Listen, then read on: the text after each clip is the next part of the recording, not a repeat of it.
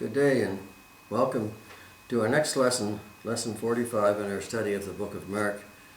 We're continuing on in chapter 10, and as we do this, we continue along with Jesus as he continues on his way towards Jerusalem and his ultimate trial and crucifixion. And along the way, he's been trying to teach the disciples, as others, about what is going to happen. And he has told them a number of times what would happen in Jerusalem when he arrived there, that he would be given over to the scribes and the Pharisees and then over to the Romans, and that he would be crucified and that he would rise again on the third day. But the disciples never seemed to really grasp this. They knew that Jesus was the Messiah, that he was the chosen one, that he was the anointed one. But they still felt that he would lead an army and would help defeat the Romans. And at the same time, they also still had this idea that they would be great in this army, in this coming kingdom. And he was trying to teach them humility. He was trying to teach them that being great in the kingdom of God was not being in a position of power and authority, but was in a position to do good unto others. But this was a theme which was not really registering with the disciples. And they, on more than one occasion, as it said back in chapter 9, argued over what would happen, what position they might be able to get in God's kingdom. And they had been arguing and said that who would be first? Who would be first in the kingdom? This was after the mountain of transfiguration. And Jesus told them to be first, the first will be last, and the last will be first. If anyone desires to be first, he shall be last of all and servant of all. And this is when they had come to Capernaum. And when he was in the house, they was asking what they had been disputing among themselves on the walk to Capernaum. And they had talked about the position they wanted in his kingdom. So this was later on, after he had talked to the rich ruler and had told him to sell everything, give it all to the poor if he wanted to be rich in the kingdom of heaven. He went away sad. And all of this was the same theme. He was trying to teach them about being humility and about being humble and of being a servant to others. And now Jesus had just finished before this predicting his death again. He said when they were on the road going up to Jerusalem, Jesus was going out before them, and they talked, and he said, "Behold, we are going up to Jerusalem. The Son of Man will be betrayed to the chief priests and to the scribes, and they will condemn him. They will condemn him to death." So this was what had been prophesied before, and this is what Jesus was now telling his disciples what would happen. And then they would deliver him into the Romans, or to the Gentiles, as he put it, where they would humiliate him, mock him, spit on him, degrade him, and then crucify him. And on the third day he will rise again. Now he had just finished saying this. He had just gotten through telling and explaining this to the disciples. And what is the first thing that happens? In verse 35, James and John, the sons of Zebedee, came to him, saying, "We want you to do for us whatever we ask." Now these are two of his disciples now coming to Jesus and saying, "We want you to do something. We want you to do this for us. Never mind what's going to happen to you. We want you to do this for us." And Jesus said, "What do you want me to do?" They said to him, "Grant us that we may sit one on your right hand side and the other on your left in your glory." We often today talk about being in the right hand of somebody, being someone's right-hand man or woman, in the fact that this means a position of authority or a position of prominence in whatever situation they may be referring to. So for James or John to talk about sitting on the right hand and the left hand meant that these two people wanted the greatest positions of authority next to Jesus himself in the kingdom. Jesus had just told them what was going to happen to him when he got to Jerusalem. But this did not seem to sit with the disciples. They just seemed to not grasp this at all. So the first thing they did was ask for something for themselves. And Jesus said, "You do not know what you seek. Are you able to drink the cup that I drink and be baptized with the baptism that I am baptized with?" The disciples again did not grasp what Jesus meant by this. To drink the cup meant to drink the cup of God's wrath. To drink all of God's wrath that he had put out upon the world, the sins of the world, that Jesus was going to have to take those sins upon himself, drink this cup of God's wrath, and be baptized, be immersed in all the evil, all the agonizing unpleasantness of the world.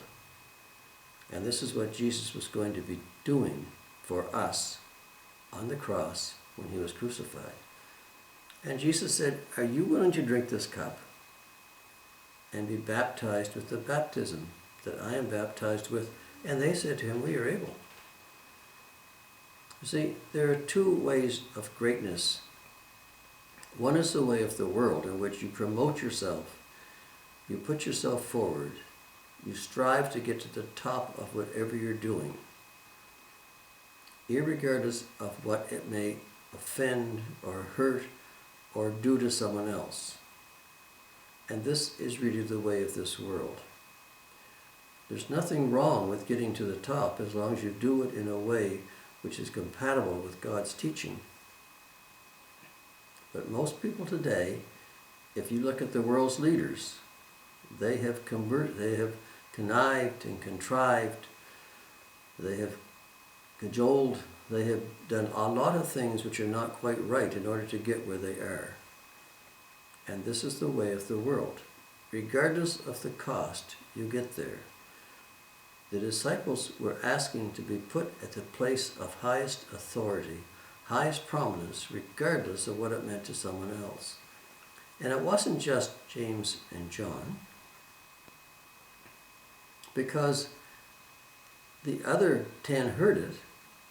They began to be greatly displeased with James and John because James and John had put this idea for themselves forward first, and it sort of cut the other 10 disciples out. Jesus had said, "You will indeed drink the cup that I drink.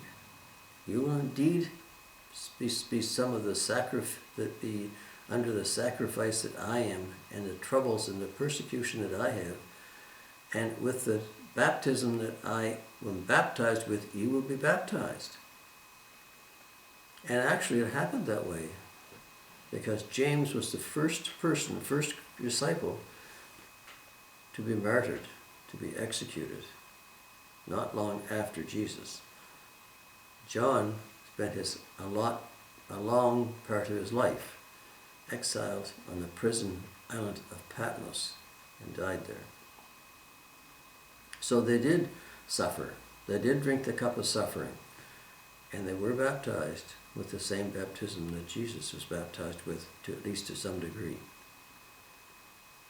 So I said, you will drink that cup, you will have that baptism, but it is not my position to give to you to sit on my right hand or on my left.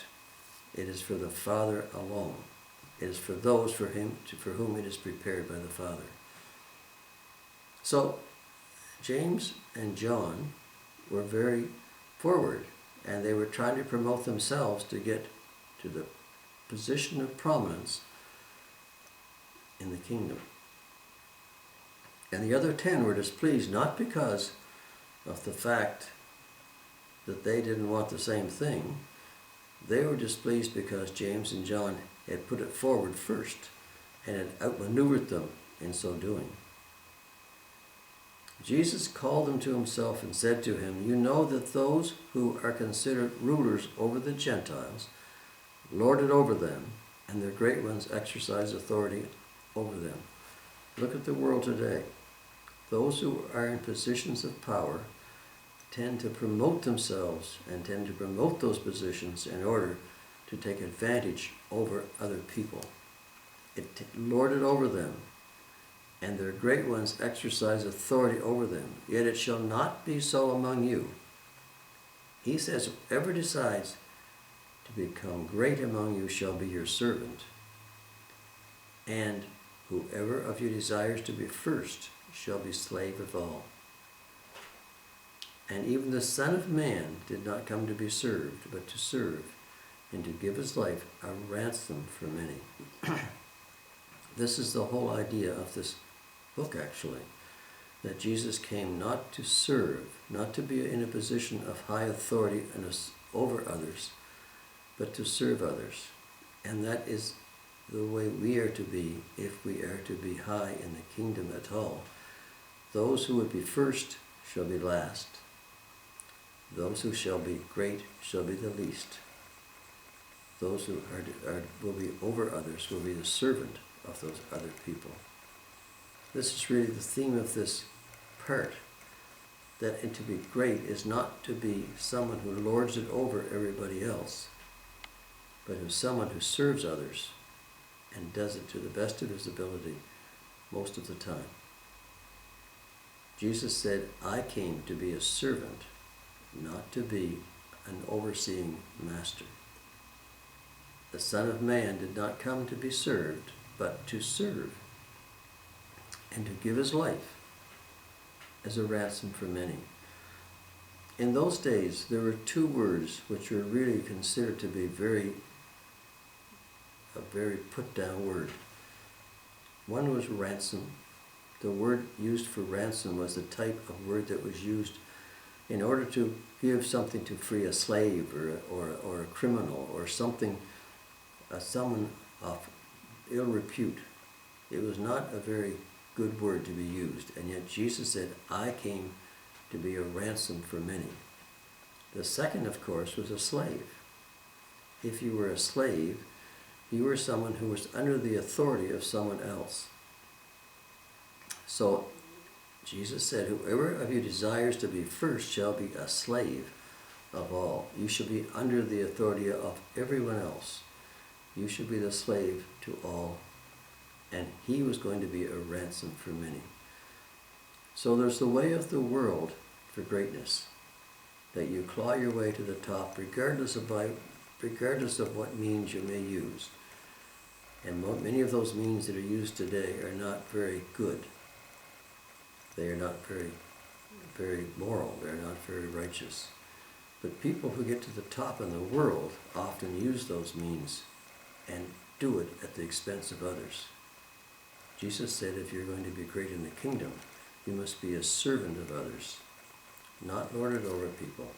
Be a servant of others, a slave to all, and that Jesus himself came to be served, to be a servant, not to be served, to give his life as a ransom for many. The idea of humbleness is the idea of this passage, being humble before God and before fellow men. And that's the end of this lesson. We'll get on to finish chapter 10, hopefully next week, but that's all for tonight. Bye for now, and thanks for watching.